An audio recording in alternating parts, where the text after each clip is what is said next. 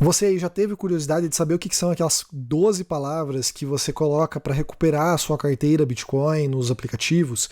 Se você usa essas carteiras e você usa essas palavras bastante para recuperar e você não sabe o que elas significam, ou por que são essas palavras, por que não pode ser outras, por que são 12 ou 24, por que não pode ser um número diferente. Então, aqui nesse vídeo hoje eu vou mostrar para você na prática como que é gerada essas palavras e todo o caminho que é necessário para chegar até lá. Antes que eu me esqueça, faz aquele negócio aí de se inscrever no canal, é bom eu saber se o pessoal tá gostando ou não.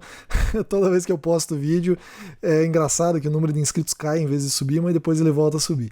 Então eu sei que aqui eu atinjo um nicho muito específico de pessoas que estão interessadas em tecnologia, na parte tecnológica de blockchain, de criptomoedas, e tudo bem, aqui eu acho que é só para quem realmente, é só para os fortes. Vamos lá. Se você viu o vídeo anterior, você deve ter entendido, pelo menos, que existe uma mágica aí de multiplicação em curvas elípticas que permite que você multiplique endereços, tá? A partir de um endereço comum, você consegue gerar diversos outros derivados. E a parte mais legal é que uma pessoa conseguiria gerar outros endereços para você sem ela ter a sua chave privada, o que parece mágica, mas não é. É simplesmente matemática e eu mostrei no último vídeo como que funciona. Essa proposta que está aqui no BIP32 foi uma das primeiras para tentar resolver o problema de múltiplas chaves. Então, antigamente, ali por 2012, 2013, o pessoal salvava múltiplas chaves privadas no banco de dados do Bitcoin. Tinha lá um wallet.dat, né, que era um arquivo, e ali dentro estavam todas as chaves privadas. Ou seja, se você perdeu o arquivo, você perdeu tudo. Para você recuperar todo o seu saldo, que estava distribuído em diversos endereços, você tinha que ter o backup de todas as chaves privadas. Ou seja, isso impossibilitava de você ter as chaves escritas em algum lugar, porque de repente você tinha lá um monte de endereço, é impossível de você ficar anotando manualmente todas as chaves privadas de todos os endereços. E o Satoshi falava para você não ficar reutilizando endereço. Então, existe um problema a ser resolvido aí. Você precisava dar um jeito de guardar essas chaves privadas de algum jeito, de poder recuperar isso de forma fácil, e ao mesmo tempo você não podia ou não era aconselhado pelo Satoshi você ficar reutilizando o mesmo endereço, tá? Então, ter um endereço não era suficiente e ter vários endereços tinha um problema. O BIP32 foi uma das formas que encontraram de você conseguir salvar uma coisa só e conseguir depois gerar vários endereços a partir desta coisa, tá? Que é uma string gigantesca, uma sequência de letras e números. E ela é dividida em Xpriv e Xpub, ou seja, ela é um formato que ela também é um endereço, também é um endereço não que você pode fazer pagamento, mas ela é um endereço que as carteiras reconhecem e elas sabem que a partir daquele endereço ali, ela tem todas as informações para poder gerar novos endereços Bitcoin que estes sim podem receber pagamentos. Se você não sabe do que eu estou falando, volte e veja o último vídeo que eu vou deixar no link aí embaixo. O que eu fiz então? Eu peguei e criei um arquivo aqui, bem simples, ele tem o que? Deixa eu ver quantas linhas que tem. Ele tem 95 linhas e ele faz todo o procedimento, desde a geração da entropia e pegar os bytes e tal, até a hora que ele gera o seed para você, ou o mnemônico, na verdade, que é o nome oficial, né? Que são aquelas palavrinhas. Então vamos lá. O ideal fosse que eu fizesse 2 vídeos para vocês, um explicando somente a parte da geração do BIP32 e outro somente da parte em que eu monto os mnemônicos, tá? Para não ficar muito extenso, mas eu vou ser sincero, meu tempo é curto, eu não tenho atualizado quase o canal aqui, eu trabalho bastante, tenho que atender aí família, não tenho tempo de ficar atualizando o canal, então como eu prometi que ia fazer essa segunda parte, eu vou tentar fazer tudo hoje, tá? Não sei quando que eu vou conseguir postar vídeo de novo. A gente aprendeu no vídeo anterior que a gente precisa, para fazer esse processo de multiplicação, 2 coisas, né?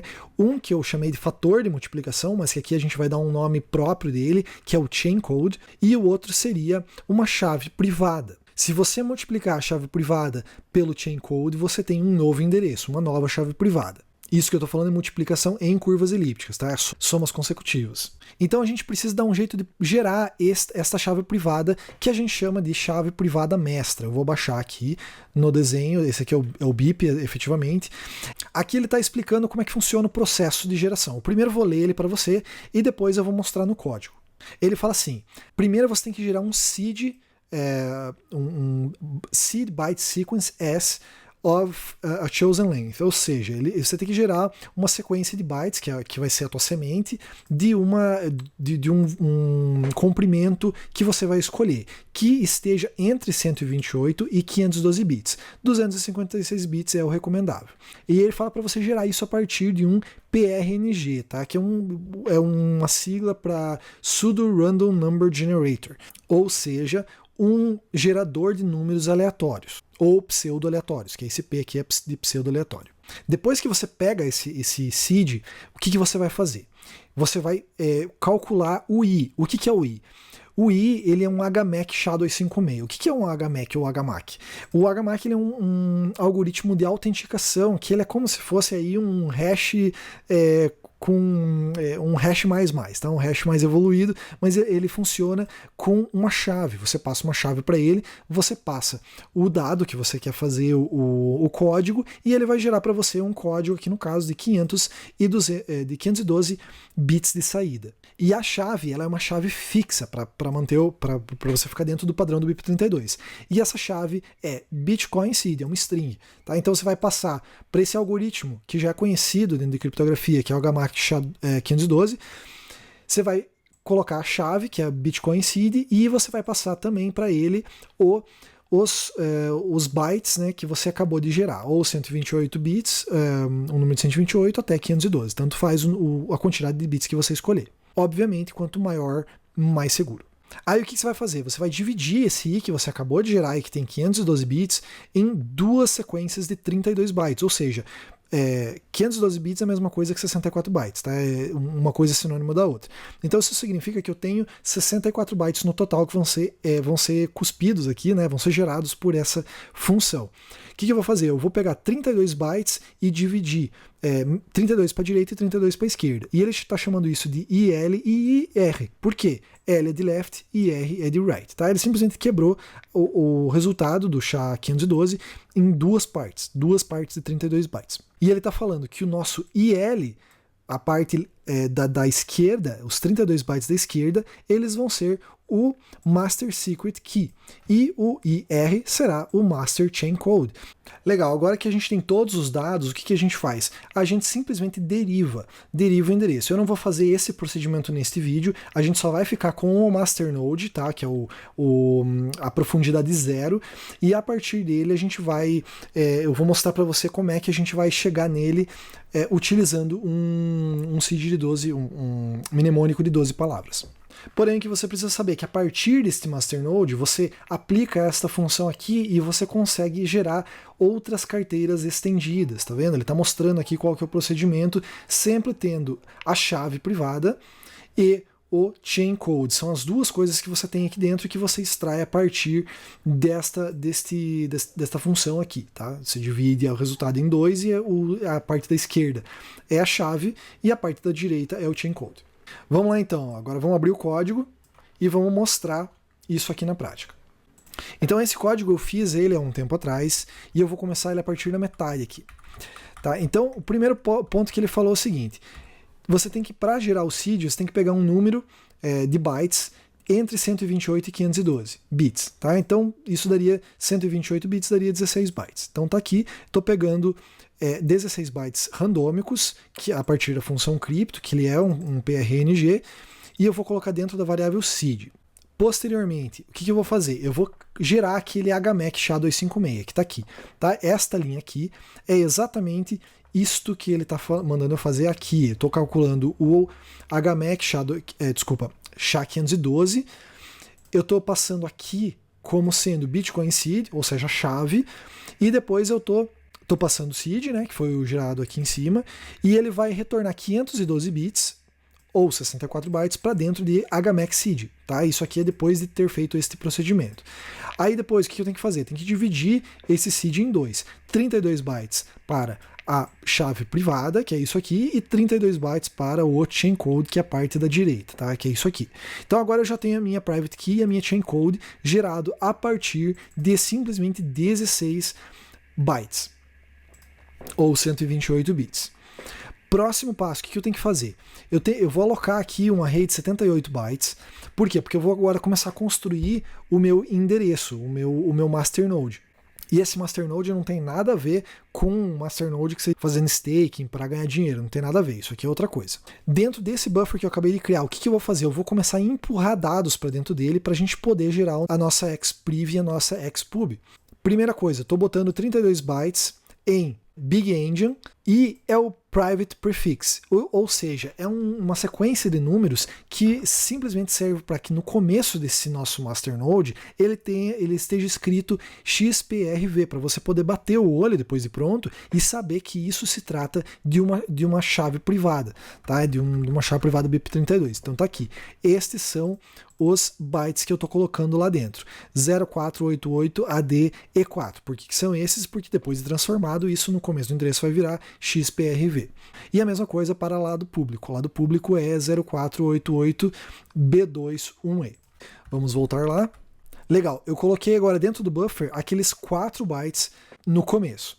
Depois eu vou colocar 8 bits, que é o depth, ou seja, é aquele número que estava aqui embaixo, tá? Que é a profundidade. Como esse é o meu master node, ele é 0. Depois, o que eu vou fazer? Eu vou colocar aqui um fingerprint, ou seja, uma impressão digital do parent. Qual foi a chave que gerou essa aqui? Como esta é o master node, é a chave mestra aqui, vai ser 000, tá? E são sempre 4 bytes.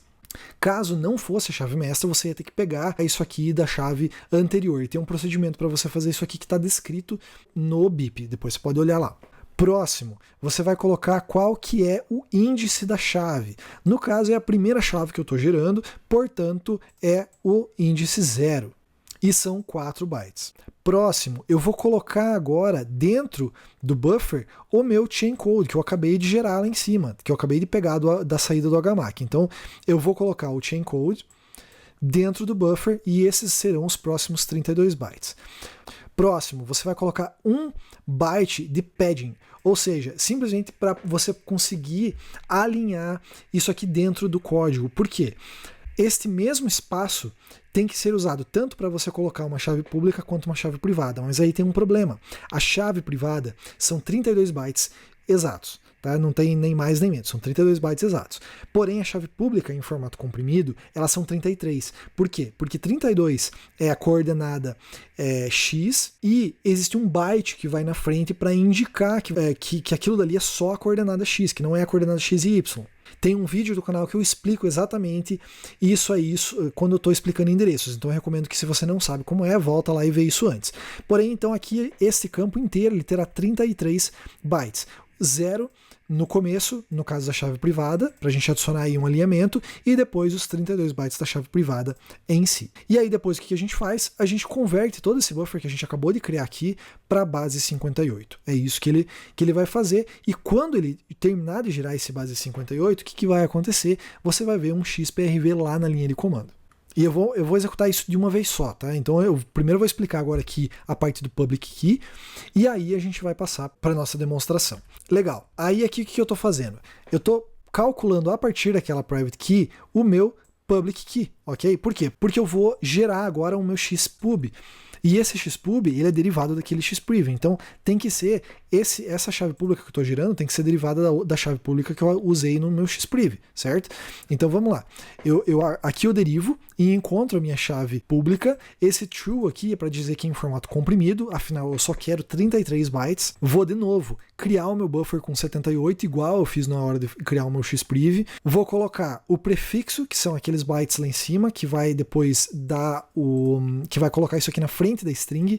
Eu vou colocar o depth, que é a profundidade, no caso 0, já que eu estou gerando masternode. Depois eu vou colocar o parent, que não é nada mais do que 000 no masternode, porque a gente não tem nenhuma chave derivada ainda, né? Aí depois eu vou colocar o índice da chave filha, que índice que é esse aqui que eu estou gerando. Depois eu vou colocar o chain code, que é o mesmo que eu gerei lá em cima a partir do HMAC 512. E depois eu vou botar a chave pública, que são os 33 bytes no final. E ao final de todo o processo que eu vou fazer, eu vou encodar, vou fazer um encoding disso aqui para a base 58, que é o algoritmo de codificação que a gente utiliza dentro do Bitcoin. Legal, agora eu vou rodar isso aqui e você vai ver mais do que o XPriv e o XPub, porque tem mais código aqui para cima, tá? Eu vou explicar isso aqui daqui a pouquinho.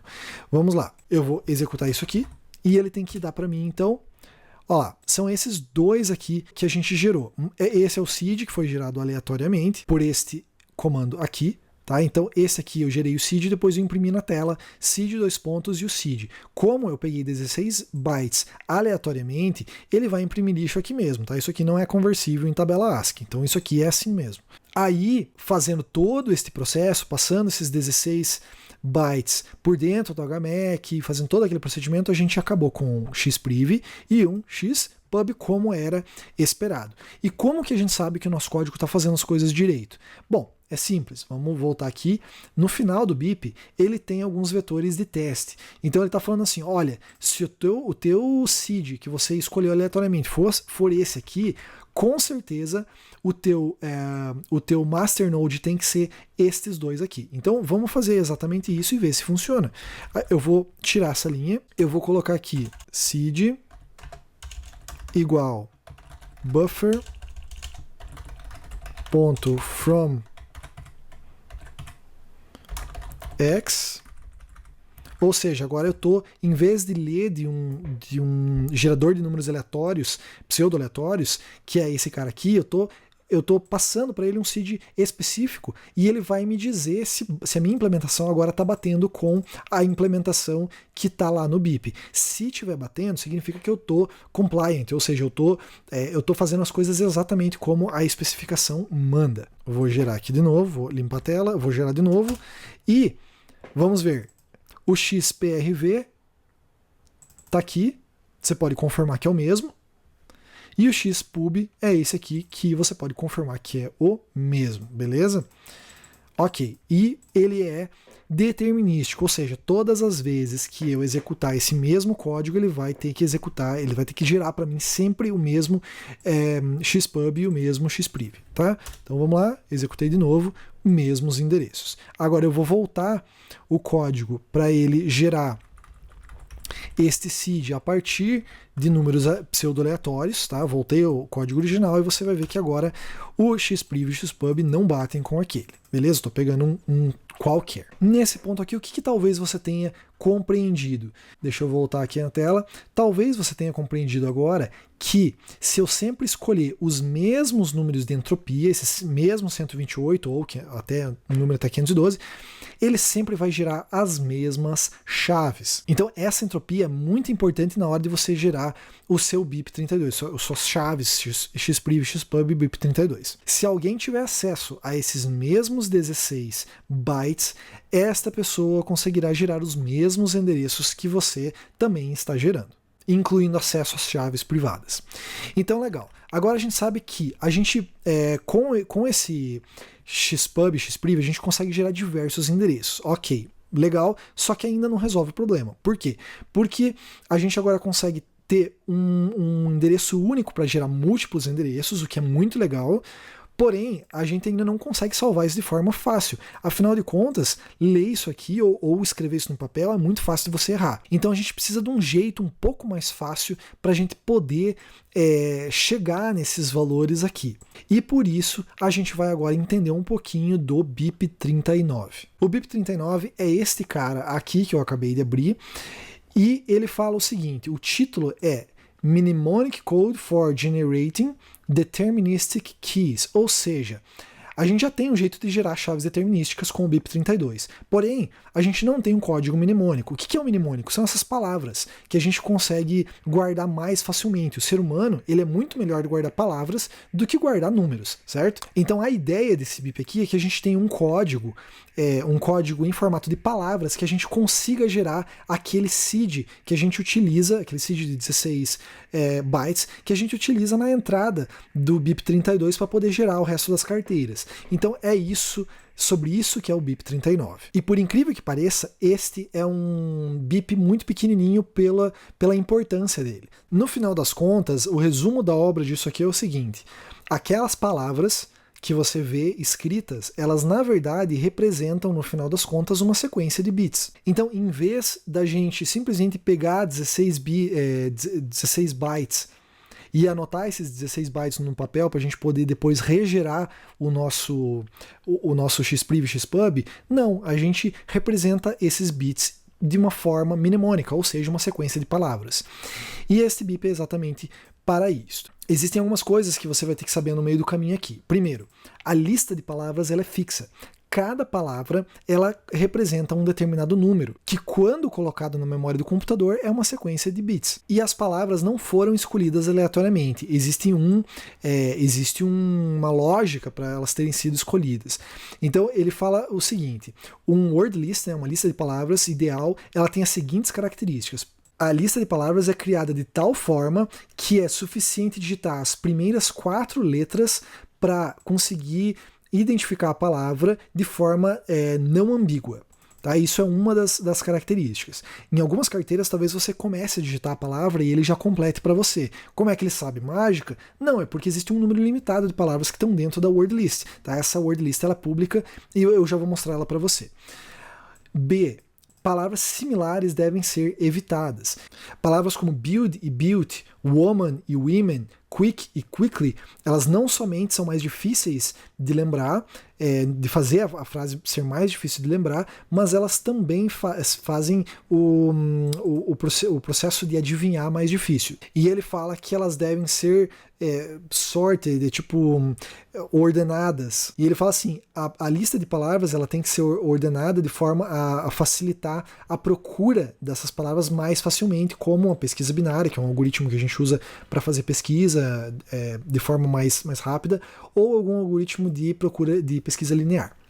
E também isso facilita a compressão, tá? Isso aqui eu não entendi direito, mas enfim, se alguém souber, comenta aí embaixo. Eu vou ler então essa introdução, fazendo uma tradução, obviamente, já que é curtinho, para facilitar um pouco o entendimento. Então ele fala assim: um código mnemônico ou uma frase, ela é superior para a interação com os seres humanos comparado a você ter que lidar com dados binários de forma hexadecimal, representações hexadecimais de um seed de uma carteira. Tá? Isso aí é meio óbvio. A frase ela poderia ser escrita num papel ou falada através de um telefone. Esse guia serve como meio de transporte de algo gerado por um computador de forma randômica com uma forma de se ler, de um humano ler ou transcrever isso de forma mais fácil. E isso aqui não é um processo de criar frases, também conhecido como Brain Wallet, e transformar isso numa seed. Bom, se você não sabe o que é Brain Wallet, dá uma olhada aí no canal que eu tenho um vídeo exatamente sobre Brain Wallets, e isso aqui não tem nada a ver com Brain Wallet. Tem muita gente que mistura as coisas e acha que você pode usar qualquer palavra dentro de um mnemônico, e não pode. Ele tem uma lista aí de algumas palavras que você tem que seguir. E ele fala assim, como é que você gera um mnemônico? Ele fala assim, bom, o mnemônico ele deve codificar aí uma entropia de um múltiplo de 32 bits. Com mais entropia, a segurança ela é melhorada. Mas o problema aí é que a frase aumenta de tamanho. A gente se refere à entropia inicial como ENT, tá? De entropy.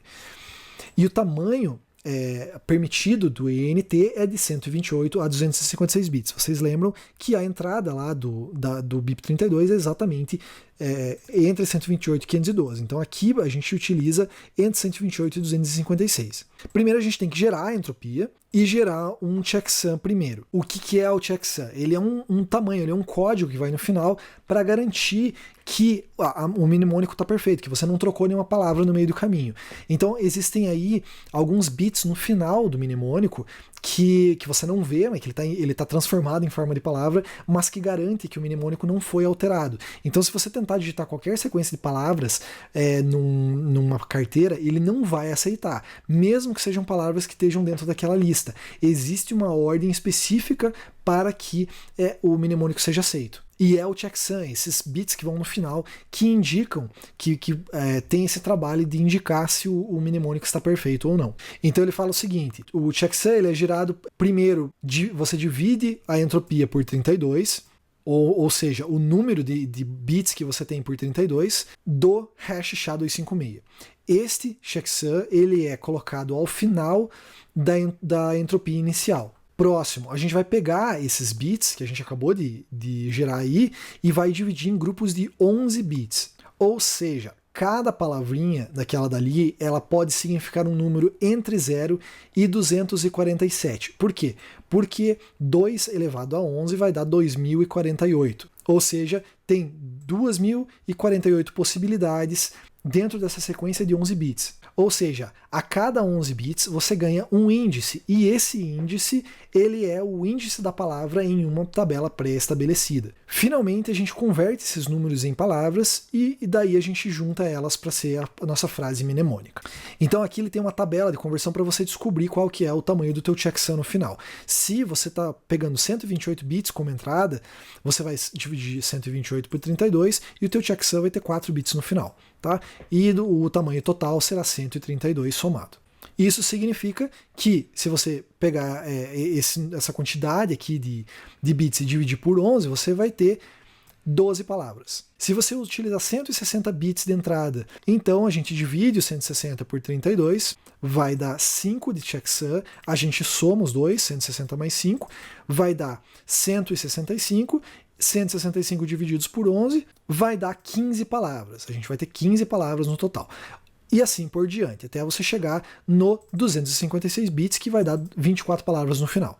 Ou seja, você tem mnemônicos de 12 palavras, de 15, de 18, de 21 e de 24. Bom, tendo explicado isso, agora a gente pode ir para o código. Sei que esse vídeo está ficando grande, mas não tem jeito. No pain, no gain. Vamos lá, eu vou voltar aqui o código para o original. E agora a gente vai entender o processo. Beleza, a gente vai criar a nossa entropia. A entropia ela pode ser de 128 bits até 256 bits. Então aqui eu estou usando 128, que são 16 bytes. Beleza, estou criando a entropia. Depois eu vou fazer um entropy to mnemonic. Aí a gente vai entrar aqui, a gente vai passar para essa função a entropia que a gente acabou de gerar, e essa função vai fazer aquele trabalhinho chato lá que ele está especificando ali. Ou seja, a gente vai botar a entropia dentro do buffer, os 128 bits. A gente vai descobrir quantos bits tem, tá? O entropy bits. Aí depois a gente vai gerar o checksum. A gente vai descobrir quantos bits de checksum a gente vai ter. A gente vai passar o entropy bits para essa outra função, que vai fazer aquele cálculozinho maroto ali, tá? Ele vai pegar, ele vai gerar um SHA-256, como ele explicou aqui em algum lugar. Ele vai gerar o SHA-256 desses bits. Ele vai calcular o tamanho do checksum, ou seja, ele vai multiplicar o tamanho da entropia por 8, vai dividir a entropia por 32, vai chegar no tamanho do checksum, quantos bits, e aqui ele vai retirar esses bits do hash que eu acabei de criar. E esse vai ser o meu checksum no final. Aí ele vai retornar o checksum bits, vai retornar para cá. Agora o que ele vai fazer? Ele vai somar os entropy bits com o checksum, vai botar os dois em sequência, vai dividir em chunks de 11 bits, ou seja, vai quebrar isso em 11 bits. E aqui ele vai fazer uma coisa muito interessante. O que ele vai fazer? Ele vai mapear para dentro, ele vai ler de um arquivo, essa word list aqui ela é um arquivo, e ele vai pegar de dentro desse arquivo a linha tal, ou seja, a linha 0, que é a primeira, a linha 1, a linha 2, a linha 3, dependendo do valor que foi convertido aqui. Ou seja, se o primeiro chunk foi 11 bits, tá? Vamos supor, eu vou abrir uma calculadora aqui. E base igual a 2. Eu vou criar aqui um chunk de aleatório. 1, 0, 0, 1. Tem 8 aqui? Pronto, agora tem. O que eu vou fazer? Eu vou imprimir. Isso aqui daria 164, certo? Não, mas aqui tem 8, né? São 11. 8, 9, 10, 11. Pronto. Aqui agora eu tenho o índice que eu tenho que olhar na minha tabela para descobrir qual é a palavra que vai ser a primeira palavra do meu word list. Então a gente vai na word list.